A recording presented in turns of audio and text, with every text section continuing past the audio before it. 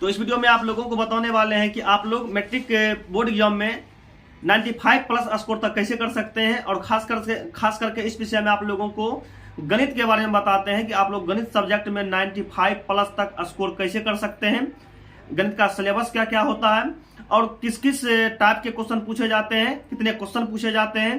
तो सारा बात की जानकारी आप लोगों को इस वीडियो में मिल जाएगा, तो आप लोगों को अंत तक बने रहना, ठीक है। वीडियो को आप लोग अंत तक देखिएगा। आइए देखिएगा, इसमें लिखे हैं कि गणित में 95 प्लस स्कोर कैसे करें। जो बात आप लोगों को बताते हैं, अगर आप सारा बात को आप लोग फॉलो करते हैं 95 प्लस जो है आप लोग नंबर आसानी से ला सकते हैं, ठीक है।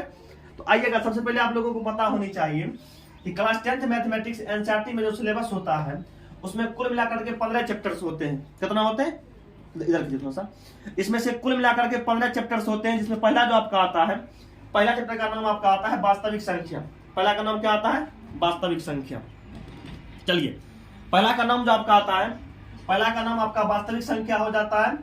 उसके बाद दूसरा चैप्टर का नाम बहुपद है, तीसरा का नाम है दो चर वाले रैखिक समीकरण युग्म, चौथा का नाम है द्विघात समीकरण, पांचवा का नाम है समांतर श्रेणी यानी कि एपी, छठा का नाम है त्रिभुज। छठा का नाम क्या है, त्रिभुज। उसके बाद सातवां का नाम है निर्देशांक ज्यामिति, आठवां का नाम है क्या कहते हैं, त्रिकोणमिति, नौवां का नाम है त्रिकोणमिति अनुपात का अनुप्रयोग, इसी को हाइट एंड डिस्टेंस कहते हैं। उसके बाद चैप्टर 10 जो आपका है उसका नाम है वृत्त, और चैप्टर 11 आपका है रचनाएं, 12 में वृत्त से संबंधित क्षेत्रफल, 13 में पृष्ठीय क्षेत्रफल एवं आयतन, 14 में सांख्यिकी, 15 में परायिकता। ये 15 चैप्टर आप लोगों को क्लास 10th के मैथमेटिक्स में पूर्ण रूप से पढ़ना है, और आप लोगों को बताते हैं कि किस चैप्टर से किस टाइप के क्वेश्चन आते हैं। मोटा मोटी बात आप लोगों को बता देते हैं, तो आप लोग एकदम लाइव में बने रहिएगा अंत तक वीडियो में, ठीक है। देखिए, पहला जो आपका चैप्टर है, चैप्टर का नाम है वास्तविक संख्या। तो वास्तविक संख्या के अंतर्गत आप लोगों को क्या क्या पढ़ना है, क्या क्या चीज का तैयारी करना है। तो सबसे पहले आप लोगों को बेसिक संख्या के बारे में पता होनी चाहिए, जैसे प्राकृत संख्या, पूर्ण संख्या, पूर्णांक संख्या, परिमेय संख्या, अपरिमेय संख्या, वास्तविक संख्या, सम संख्या, विषम संख्या, अभाज्य संख्या, सह अभाज्य संख्या। ये सब संख्या, बेसिक संख्या के बारे में आप लोगों को एकदम डिटेल्स में जानकारी होनी चाहिए। उसके बाद वास्तविक संख्या में जो है क्या कहते हैं, आपसे पूछा जाता है कि यूक्लिड विभाजन एल्गोरिथम का प्रयोग करके एचसीएफ निकालने के लिए इस टाइप का क्वेश्चन भी पूछा जाता है। उसके बाद आपसे पूछा जाएगा अभाज्य गुणनखंड विधि द्वारा एचसीएफ और एलसीएम निकालने के लिए, ये भी पूछा जाता है। उसके बाद पूछा जाएगा कि दशमलव प्रसार शांत अशांत, मतलब दशमलव प्रसार कहेगा निकालने के लिए शांत है कि अशांत है। उसके बाद आएगा अपरिमेय संख्या को सिद्ध करने के लिए कि सिद्ध कीजिए √2 एक अपरिमेय संख्या है, √3 एक अपरिमेय संख्या है, सिद्ध करने वाला सवाल आता है। उसके बाद परिमेय संख्या और अपरिमेय संख्या को पहचान करने के लिए आता है। उसके बाद जो आप लोगों का क्वेश्चन आता है, अपरिमेय संख्या परिमेय संख्या को पहचान करने के लिए आता है। उसके बाद क्या कहते हैं कि संख्या को दशमलव के रूप में या आवर्त के रूप में लिख दिया रहता है, उसको कहता है P/Q के रूप में बदलने के लिए। तो मोटा मोटी पहला चैप्टर से इतना तरह का क्वेश्चन जो है आपके बिहार बोर्ड के एग्जाम में पूछा जाता है।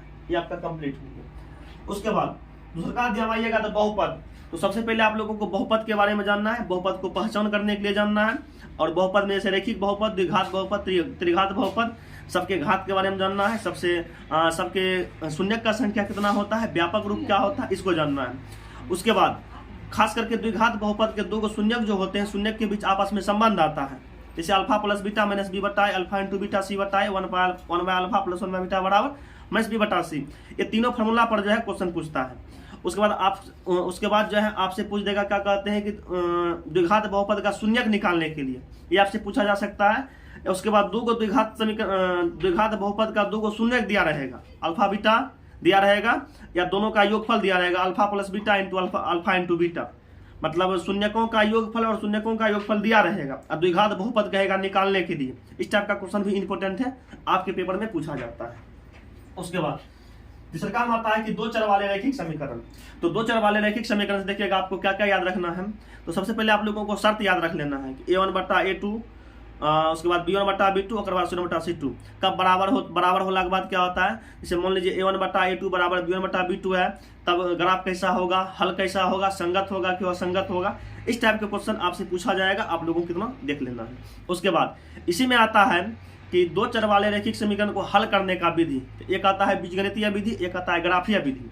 बीजगणितीय विधि में आप लोगों को 3 को पढ़ना है। पहला प्रतिस्थापन विधि, विलोपन विधि, उसके बाद बज्र गुणन विधि। ये तीनों विधि आप लोगों को पता होना चाहिए।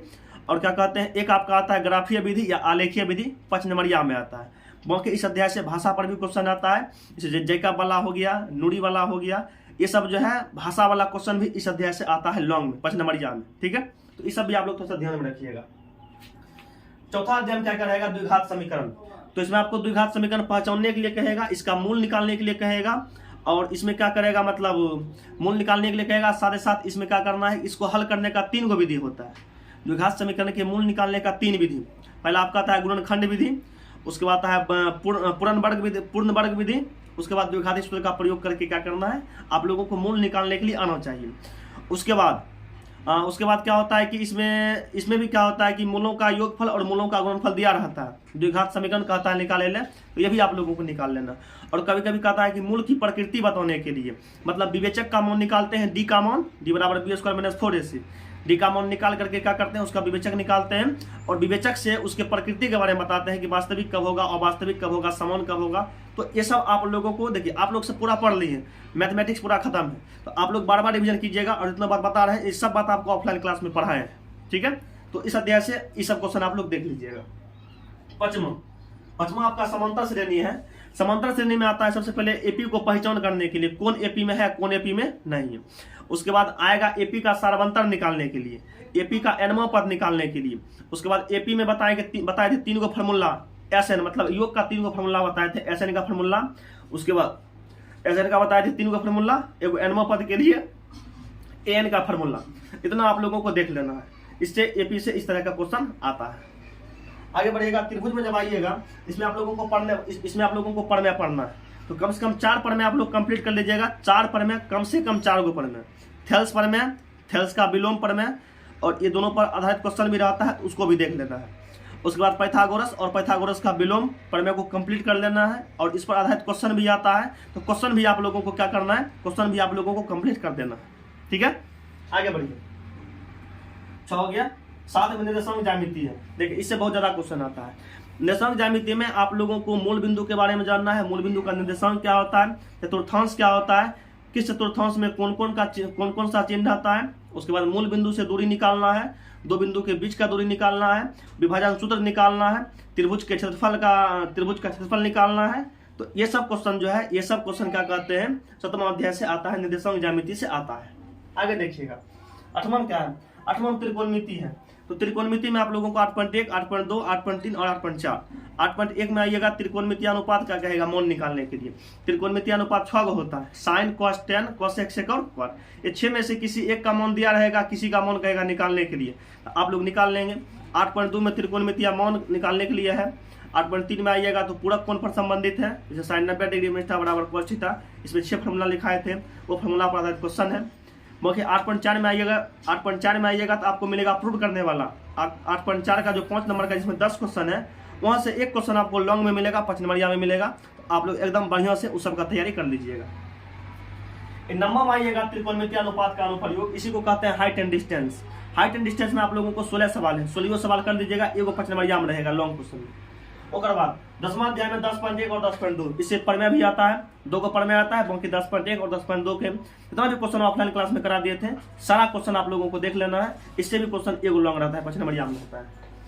11 में आता है कॉन्ट्रैक्ट संरचना आता है। 11.1 में त्रिभुज बनाने के लिए है, 11.2 में वृत्त बनाने के लिए है। तो ये भी आप लोगों को ऑफलाइन में करवा दिए थे, आप लोग एकदम इस सब आसान रहता है, और 5 नंबर का रहता है, तो इस सब का तैयारी एकदम कर लीजिएगा।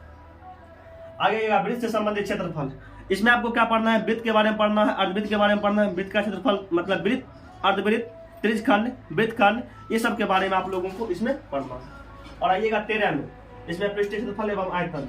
तो इसमें पहले आप लोगों को कुछ फार्मूला याद कर लेना है, जैसे घन का, घनाभ का, बेलन का, शंकु का, गोला का, अर्धगोला का, आयत का, वर्ग का, ये सब का फार्मूला, और शंकु के छिंडक का, इस सब का पहले फार्मूला आप लोग याद कर लीजिएगा।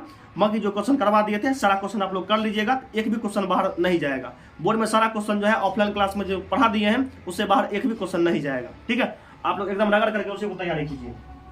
सांख्यिकी, अगर हम देखिएगा 3 कुछ याद रखिएगा, माध्य, माध्यक, बहुलक, ये तीनों सब्जेक्टिव में आता है। माध्य, माध्यक, बहुलक, ये तीनों आपको मिलेगा सब्जेक्टिव में, 2 नंबरिया में मिलेगा या 5 नंबरिया में मिलेगा।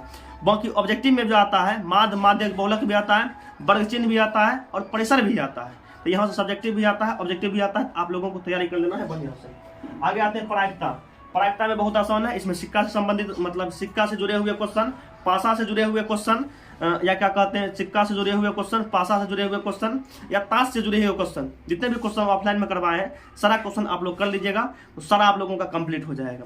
अब आइएगा थोड़ा सा बताते हैं कि बिहार बोर्ड के एग्जाम में किस टाइप का क्वेश्चन रहेंगे, कितना बनाना है। तो सबसे पहले आप लोग ये देखिएगा, बिहार बोर्ड के एग्जाम में 3 टाइप के क्वेश्चन रहेंगे। पहला टाइप जो आपका ऑब्जेक्टिव है, दूसरा टाइप आपका शॉर्ट है यानी कि 2 नंबर वाला, तीसरा टाइप आपका लॉन्ग है। ठीक है, ऑब्जेक्टिव 100 रहेगा, 50 को बनाना है और क्लास का विद्यार्थी 50 का 50 करके आता है। आप लोग भी क्लास वाले स्टूडेंट हैं, रेगुलर क्लास वाले करते हैं, एकदम टारगेट रखिए 50 का 50, 49 भी नहीं 50 का 50 सही करना। ठीक है, 100 में से 50 बनाना है सही, जिसके लिए आपको 50 अंक मिलेंगे। उसके बाद शॉर्ट क्वेश्चन 2 नंबरिया क्वेश्चन 30 को रहेगा, लेकिन 15 को बनाना है, जिसके लिए मिलेगा 30 नंबर। ठीक है, 15 का डबल मिल जाएगा 30। और लॉन्ग क्वेश्चन 8 को रहेगा, अगर हम 4 को बनाना है और 4 5 20 हो गया। इस प्रकार से पूरा 100 हो गया। पूरा कितना हो गया? 100 हो गया। और आप लोग सही से तैयारी करते हैं तो एकदम 95 प्लस तक स्कोर कर सकते हैं। मेरा एक्सपीरियंस है, अनुभव है 95 प्लस कैसे आता है। तो आप लोग भी तैयारी कीजिए, जैसे आप लोगों को बताते हैं तैयारी करते रहिए।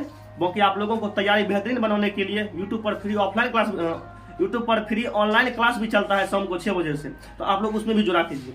बाकी आप लोग ये बता दीजिएगा कि किस मतलब ये जो 10th का मैथमेटिक्स है, किस चैप्टर का वीडियो चाहिए या किस चैप्टर का लाइव क्लास चाहिए, फटाफट आप लोग कमेंट सेक्शन में कर दीजिएगा कमेंट। आपके अनुसार वीडियो मिलेगा, लाइव क्लास मिलेगा यूट्यूब चैनल पर। तो मिलते हैं नेक्स्ट